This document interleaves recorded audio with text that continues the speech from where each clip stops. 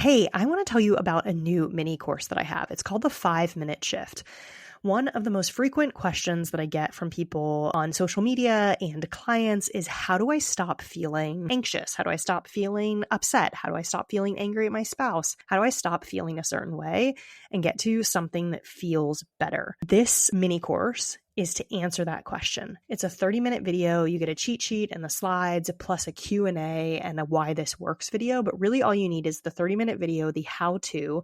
It's a process I use every single day, multiple times a day. I have clients who use it and have experienced huge changes in their life. And if you practice this method over and over again, I promise you'll be able to shift any emotion in around 90 seconds to about 5 minutes. So if you're somebody who feels like you get stuck in emotions, you stew in emotions, you spiral in them, and you really wish that you could get out of them and it didn't involve scrolling or eating or shopping or any of that, this is for you.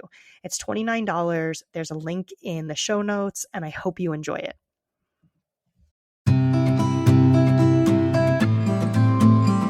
Welcome to Millennial Midlife, the podcast for high-achieving millennial women who've checked all of the boxes, career, family, success, or whatever your boxes are, but still feel burned out, overwhelmed, and wondering, is this all there is? I'm Cecelia, and I help high-achieving women finally feel calm, happy, and at peace by working with their brain and nervous system, not against it, so that they can start feeling like themselves again. If you're done with people-pleasing, perfectionism, and pushing through, and ready for a new way of being, one that feels grounded, calm, and aligned, you're in the right place. Let's shift from burnout to alignment, from doing it all to doing what matters, and feel good while doing it. One thing that I am genuinely proud of is how supportive I am of myself now. This was not always true.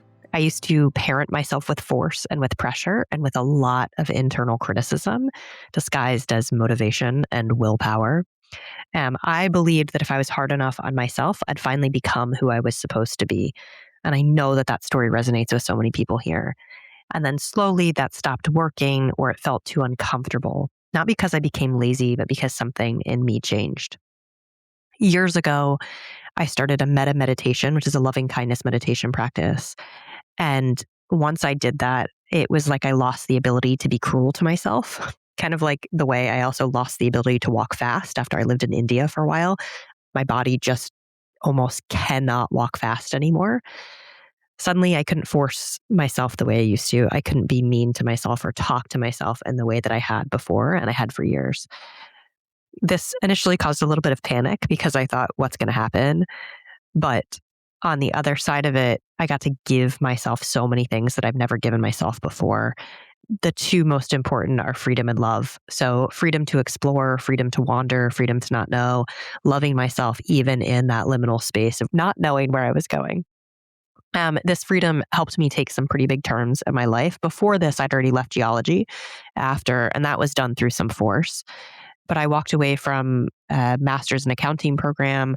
I followed lots of different paths before I got to coaching, including teaching cooking classes, which was lovely and still makes me smile.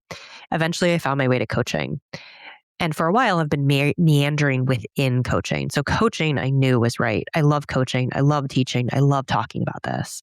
But within coaching, I've been meandering, and you've probably felt that too, right? So I know what I love. I know mindset paired with nervous system work is like crucial for me. I love teaching. I love tapping into metaphysics and quantum physics within this space. I love explaining complex things very simply so that people can implement them.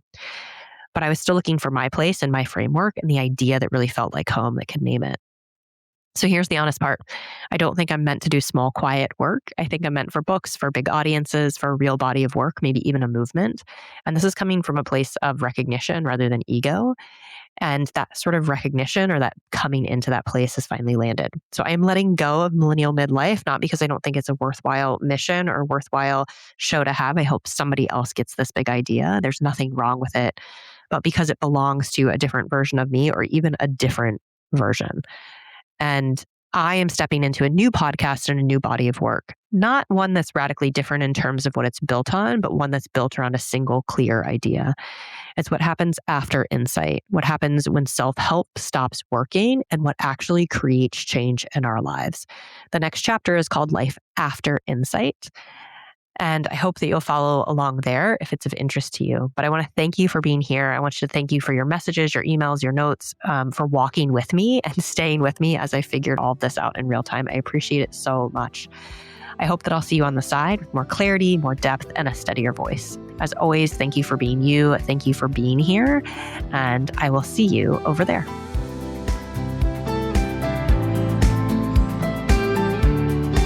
If this episode resonated with you, chances are you're not the only one. We women have been following so many of the same invisible rules, and sometimes all it takes is hearing someone else say it out loud to feel less alone and feel like something else is possible.